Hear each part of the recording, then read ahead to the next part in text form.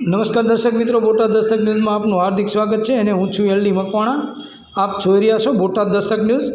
હવે પછીના સમાચાર વિગતવાર. એક પરિવારનું ઘર સળગાવી દેનાર વિરુદ્ધ કાયદાનો કોયડો વીંજાશે. કોસંબા પોલીસે ઘટનાનું રિકન્સ્ટ્રક્શન કરાવ્યું. પીપોદરા જીઆઈડીસી વિસ્તારમાં સાતી કાઢીને ફરતા પકોડાને ગભરાતો જોઈ લોકોએ સંતોષ માન્યો.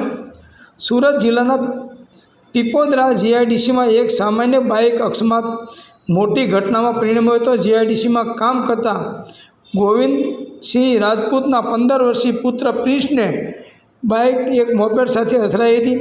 પ્રારંભમાં કોસંબા પોલીસની મદદથી મામલો શાંત પડ્યો હતો, પરંતુ સમાધાનના માત્ર 3 કલાક બાદ જ મોપેડ ચાલકના પિતા રાકેશ પકોડા, જે બુટલેગર છે, તે 40થી વધુ માણસો સાથે રાજપૂત પરિવાર પર તૂટી પડ્યો.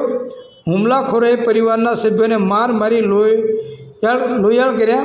એટલું જ નહીં, ઘરમાં પેટ્રોલ છાંટી આગ ચાંપી દીધી અને પરિવારની કાર પણ સળગાવી નાખી.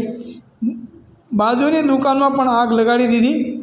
પોલીસે ત્વરિત કાર્યવાહી કરતાં રાકેશ પકોડા સહિત 3 આરોપીની ધરપકડ કરી છે.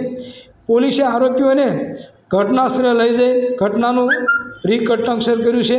પહેલાં સાથી કાઢીને ફરતો રાકેશ પકોડા હવે ગભરાયેલો જોવા મળ્યો છે.